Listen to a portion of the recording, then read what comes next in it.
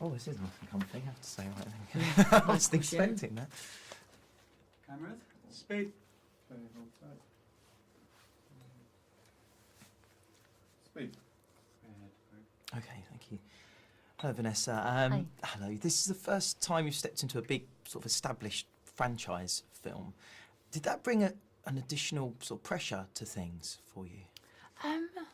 Yes and no, I guess. I suppose I felt a little bit nervous because there's been 6 of them before and so many different cool actors like Philip Seymour Hoffman and stuff. So I knew that I was joining like a big ensemble in however way the character would develop, or the part. But at the same time, in a way, you sort of get used to different sets throughout your career, and you sort of, you know, they all run pretty similarly. It's just you understand the dynamic of what the thing is, you know. And this one obviously is totally Tom's like greatest love. I think the character and the series. I remember him saying that he was so obsessed with the TV series that he thought he should make a movie, and here we are, you know, 22 years later.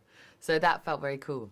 But I just tried to just keep my anxiety to a minimum.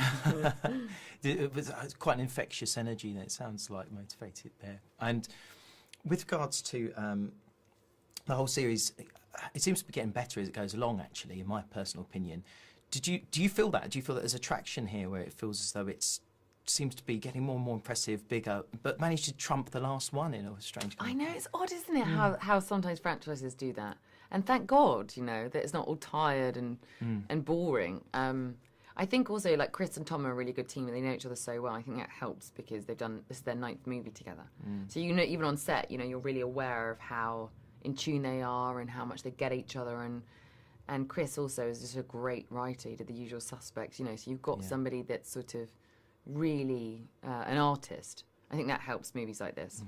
So it's not just purely action. You've got different levels of, you know, character, and you care about them somehow, you know, like I don't want Benji to die, do you know what I mean? And that's like a big thing, I think. Sometimes you can watch those kind of movies and be like, well, it's like physically, you know, aesthetically stunning and thrilling, but I don't really care.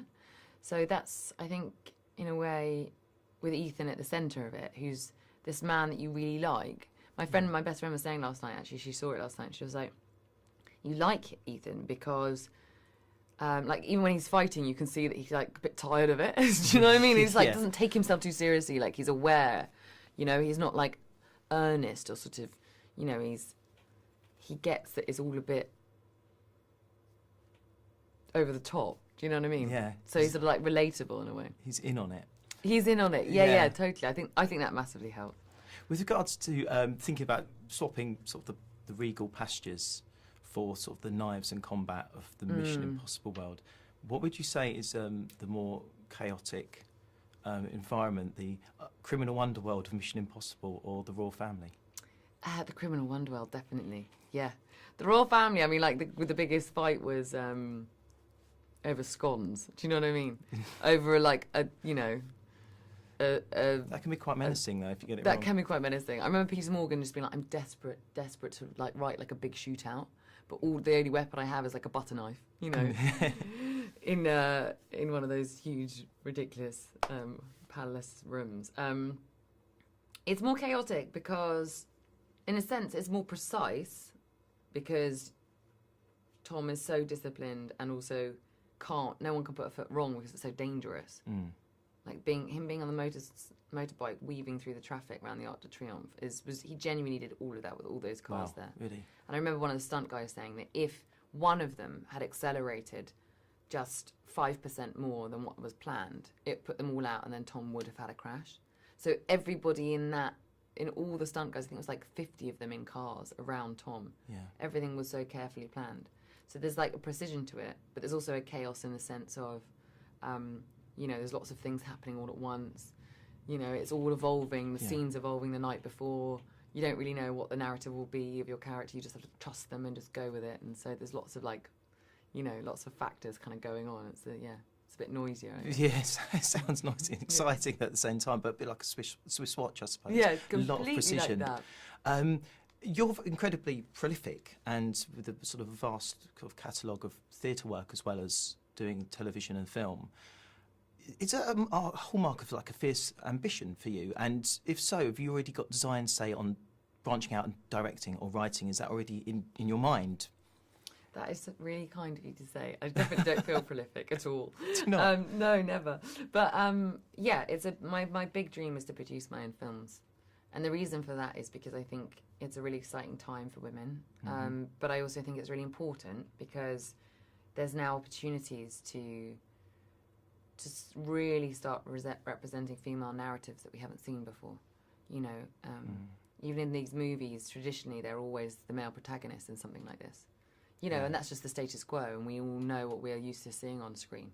So to change that from the inside, I think is really important. And I realised, actually, my responsibility, and this isn't in a noble way at all, because, you know, a lot of my friends have said, okay, so these Hollywood actresses, not that I am, but they are on the red carpet talking about Me Too and all this stuff. But what I said, but why? The reason that's important is because Angelina Jolie will be on the front page of the newspaper, and that will get read by loads of lawyers and loads of doctors and people that don't necessarily have that platform in order to say this is okay, this isn't okay. Or, you know, little girls going to cinema, when they see movies, they want to be able to go, I can be that sort of person if I want, because that's represented in the things that I'm consuming as a, you know, consumer of media or the system or whatever else, you know, however else things are portrayed. So for me, producing is a big thing, really, now, I realise. And also, actually, from an acting point of view, choosing parts from now on that are in some way subverting those stereotypes or those archetypes, either of the women or the in relationship to the men. So even in The Crown, it was really exciting for us because it was really, I mean, Margaret and Elizabeth were protagonists of their own story, and Philip was the husband that was feeling like he was like, I've lost my name, I've lost my house, I've lost, you know, where's my role? And it was subverting those things, and that was really cool. So whether it's a big sort of popcorn action genre movie, whereas before I wouldn't necessarily see myself going down that road. I understand the importance of doing that because that's something that lots and lots and lots of people would see, because they're more popular, I suppose, and maybe a little indie. So trying to balance all those things. What a long-winded answer. No, I could talk about it forever. It's fueled more questions, and I don't think I have the time to ask you, which is a shame, but thank you so much. It'll be interesting to see where you next go now. I know. Okay. Who knows? That's God, it. who knows? Thank you.